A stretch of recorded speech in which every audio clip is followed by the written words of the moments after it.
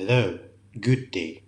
Today, the Group BL2 would like to present our presentation on the development of the golden era of Malacca Sultanate. Now here's a brief introduction. The Malacca Sultanate, or the Kesultanan Melayu Malacca, which is derived from the 1400 till the 1511, was a Malay Sultanate centered in Malacca, Malaysia. The Sultanate was found in 1400 by Parameswara, also known as Iskandar Shah, after he converted to Islam. He was the last king of Singapore and founder of Malacca. At the height of the Sultanate's dominance in the 15th century, its capital evolved became one of the most significant transshipment ports of the period, with territory including most of the Malay Peninsula, the Riau Islands, and a major section of current Sumatra's northern coast. On this era witnesses many developments such as classical Malay language that has become main language of maritime Southeast Asia, which comprises countries of Brunei, East Timor, Indonesia, Malaysia, and Singapore. The development of the literature and art was also important in that era. Other than that, the formation of Alam Melayu as a symbol of Malay identity by the growth attained by the intellectual, spiritual, and cultural developments. During the reign of Sultan Mansur Shah, the Sultanate of Malacca reached its peak. The Malaccan Empire rose to prominence as one of the region's most significant trading empires. At the period, the Malaccan port prospered as numerous traders from the east and west started coming to trade. Siam in the north and the fading Majapahit Empire in the south were the Sultanate's main regional adversaries. Majapahit was unable to govern or effectively compete with Malacca inside the archipelago and died out in the late 15th century. Siam, on the other hand, attacked Malacca 3 times but was repulsed each time. Simultaneously, Malacca had an excellent connection with Ming, which resulted in Zhenghe's trips. Malacca was the first foreign nation to get such treatment after Parameswara visited with the Ming Emperor to obtain a letter of friendship. As a result, Malacca is the first foreign monarchy to receive such therapy. In 1409, the Sultan paid homage to the Ming Emperor in order to request protection from Siam, and Malacca was designated as a protectorate of Ming China. The Sino-Malacca connection aided in discouraging Siam from attacking Malacca further. In short, the golden era of Malacca has given many impacts and contributed on different aspects such as economic, education, and politics that is still impactful in our country today. Now let's look at the factors that contributed to the golden age of Malacca.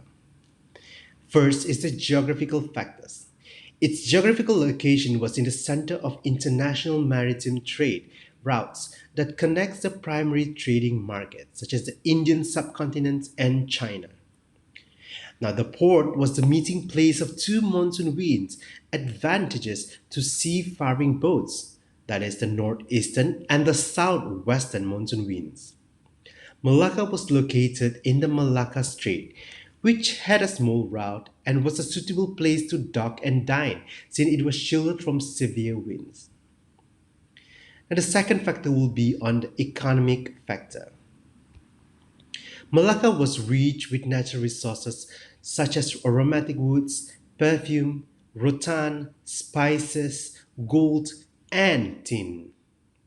This has led to the taste of Malacca as the East trading port and entrepot port. Now the third factors will be on political and administrative factors. Because of close relationship between Malacca and China, Malacca has gained Chinese assistance against the Siamese menace. It has a strong military organization as well as a sound judicial system, as evidenced by Hukum Kanun Malacca and Undang-Undang Laut Malacca. They had a well-organized treasury system as well as tax and trade system. But most importantly is that Bahasa Melayu was the common language being used. Now let's look at the effect of the golden era of Malacca. Malacca is a small port city with a few obvious signs of its former glory.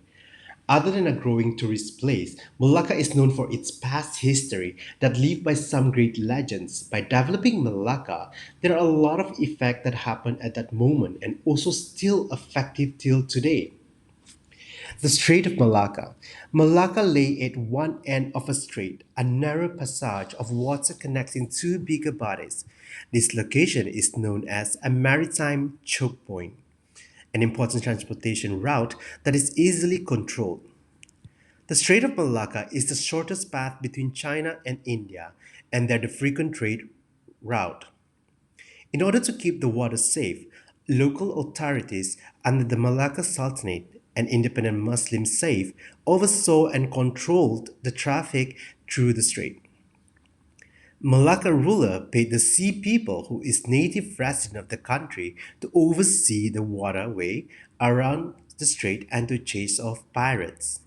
The sea people, or Orang Laut, helped guide merchants to the city of Malacca till now. In addition, a famosa is one of the oldest surviving remnants of European architecture in Asia. Once part of a mighty fortress, this tiny gate called the Porta de Santiago is all that history has spared. In 1511, Portuguese fleet arrived under the command of Alfonso de Albuquerque. His forces attack and successfully defeat the army of native Sultanate. To make something physically stronger quickly, Albuquerque built the fortress around a natural hill near the sea. In 1641, when the Dutch successfully defeat Portuguese, they drove Portuguese out of the Malacca. The fortress changed hands against the 19th century when Dutch handed it over to British to prevent Malacca from falling into Napoleon hands. After a lot of change of hands, Sir Stanford Raffles, the founder of Singapore, persuaded the English to let the resident remain and also prevent total obliteration of the fort by convincing the English to let one gate remain for history's sake. Then Raffles spared the remaining historical monuments of Malacca as well. The fortress is being taken care by the residents of Malacca till now, and it's a history that's talked by everyone. Other than that, in 1741, in commemoration of centenary of the capture of Malacca from the Portuguese, the Dutch Burgher community decided to build a new church to replace the aging Bevenkirk. The foundation stone was laid by the Malacca-born captain of the Malacca Burghers, Abraham de Wien, on behalf of his father. The church is completed 12 years later, in 1753, and replaced as the primary Dutch Reformed Church in Dutch Malacca. In 1824, possession of Malacca transferred to the British, and in 1838, the church was reconsecrated with the rights of the Church of England by Daniel Wilson, the Bishop of Calcutta, and renamed Christ Church. The maintenance of the church was taken over by the government of the Strait Settlement in 1858. Originally painted white, the church and the neighboring Stadhuis building was painted red in 1911. And this distinctive color scheme has remained the hallmark of Malacca's Dutch era building since. This effect that Golden Sarah has given at the moment till now to us is a history that has been talked till now by everyone. We need to respect that, and now that we are free because of the person who struggled, tortured, slaved for years, and still didn't give up to fight. We need to learn the history of other countries to know the legends and also the struggle they face to give a better future for the next generation. Let's look at some fun facts. Malacca was located at the mouth of Strait, a short waterway that connects two larger bodies of water. Did you know that? Now, the Strait of Malacca is also the shortest and most regular trading route between China and India. Here's another fact. Under the command of Alfonso de Albuquerque, a Portuguese fleet arrived in 1511. When the Dutch defeated the Portuguese in 1641, they drove the Portuguese out of Malacca. Now, in the 19th century, the fortification was given over to the British by the Dutch to prevent Malacca from falling into Napoleon's hand. How is that? In 1741, the Dutch Burgess community resolved to replace the aging Bevenkirk with a new church. Now let's look at the lessons that we could learn from this topic. Attempting to defend the countries will not succeed if we stand as one. Now we have to stand together for the country's betterment. Another lesson that we can learn is the willingness to serve the country. We have to stay loyal to our country no matter how hard the situation gets, and do not repeat the same mistakes that have already occurred in the past. Plan and always be ready for any attacks and learn from mistakes and be better at next. We shall maintain harmony.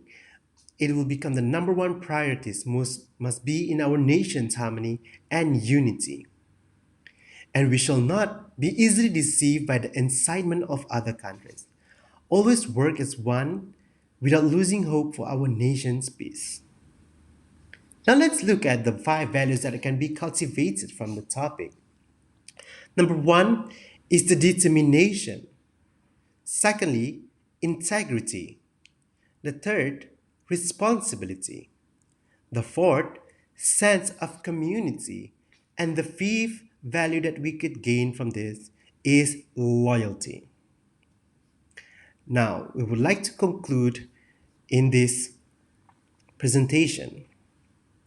Many causes contributed to the end of the Malacca's Empire Golden Era, whether internal or external attacks, and both external and internal causes were interconnected.